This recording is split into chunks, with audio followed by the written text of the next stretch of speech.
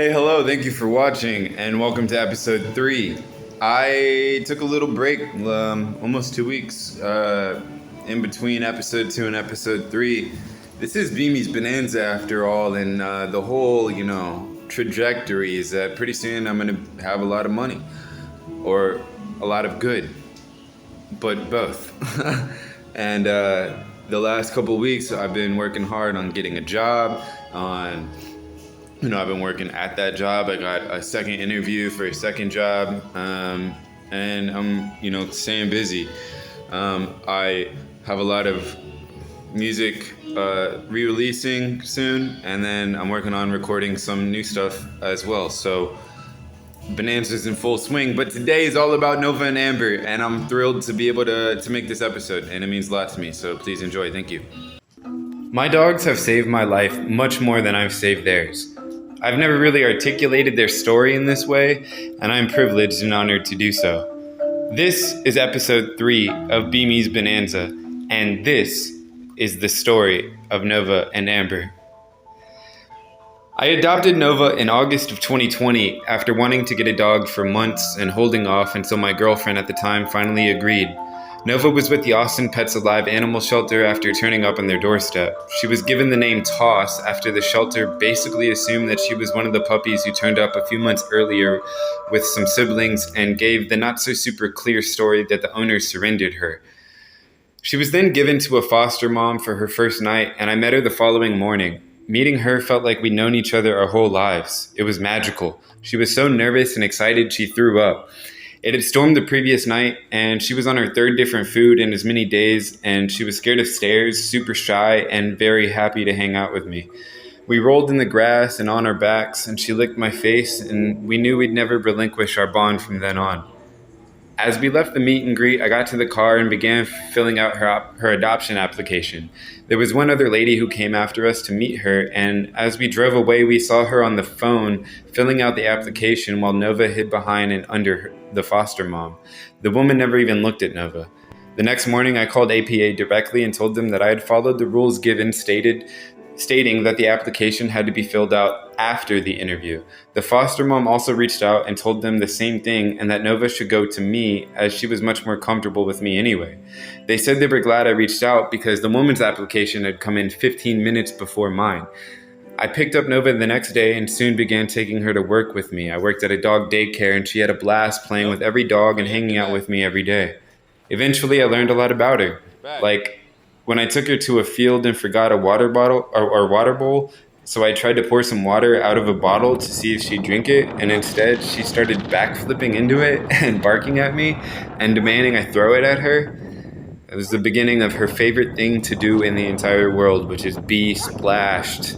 She was in my cover art, my music videos, short films, on my clothes, but it wasn't all sunshine and rainbows. I was dating an extremely damaged and abusive woman who hit, kicked, spat, scratched, pulled, and screamed at me for nearly 3 years.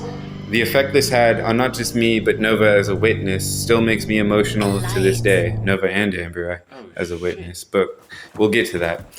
In June 2021, on our way to Corpus Christi to take Nova to the beach, her favorite place on earth, we stopped for gas when a little smiley puppy thing walked up to us. We asked what was up with her, and the clerk told us she just runs around. We introduced Nova to her and invited her to join us. Within a couple of hours, we were at the beach having the time of our lives. Our new pal, named Amber, loved chasing the birds and splashing around with us. I knew Amber could hang and was a part of the family. They have been best friends ever since, like Yin and Yang, Tom and Jerry, Scooby and Scrappy. I'm grateful to be their Shaggy. In September 2022, that woman loaded the car with everything I've ever had, including Nova and Amber. I reported them missing, and they turned up in a Dallas animal shelter that night. I got them out, bought a car with the last of my money on Craigslist, and returned to Austin. We lived out of that car for on and off another year, while I worked 3 jobs and tried to get us back to zero. In January, as you know, I relocated to Puerto Rico to give ourselves a better chance at improving our lives, and because they love the ocean, and so do I. Today we've ended our homelessness, healed from our trauma, and are living the life of our dreams in tropical paradise. When I tell people the primary reason I moved here was for my dogs, I mean it. The last few years taught me how important who I spend my time around and who I allow Amber and Nova to be exposed to, how important it truly is. And my every day, every moment, every decision, and nearly every thought sounds something like, how does this affect Amber and Nova? What can I do for Amber and Nova? How can I make Amber and Nova's life better? Overall, most people have been really great to them here in Puerto Rico, aside from the group who are deathly afraid of dogs and tense up when they see them. Most people have appreciated their joy, light, and love. People like to make the argument that some dogs bite as justification for being disrespectful towards them, and I'm not sure what world they're living in, but a lot of people shoot each other.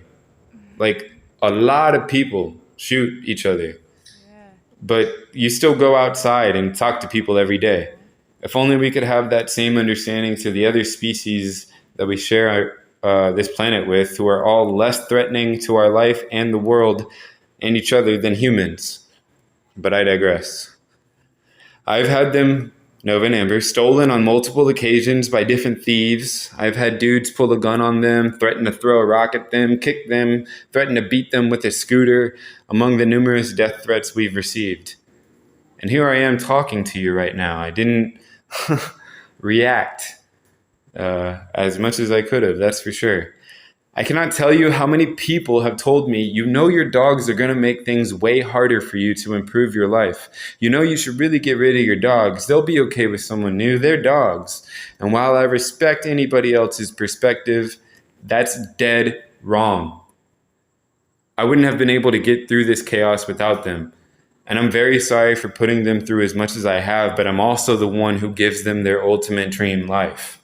And I've proven that every step of the way. Look at where we are. We're home. And pretty soon, look at where we'll be.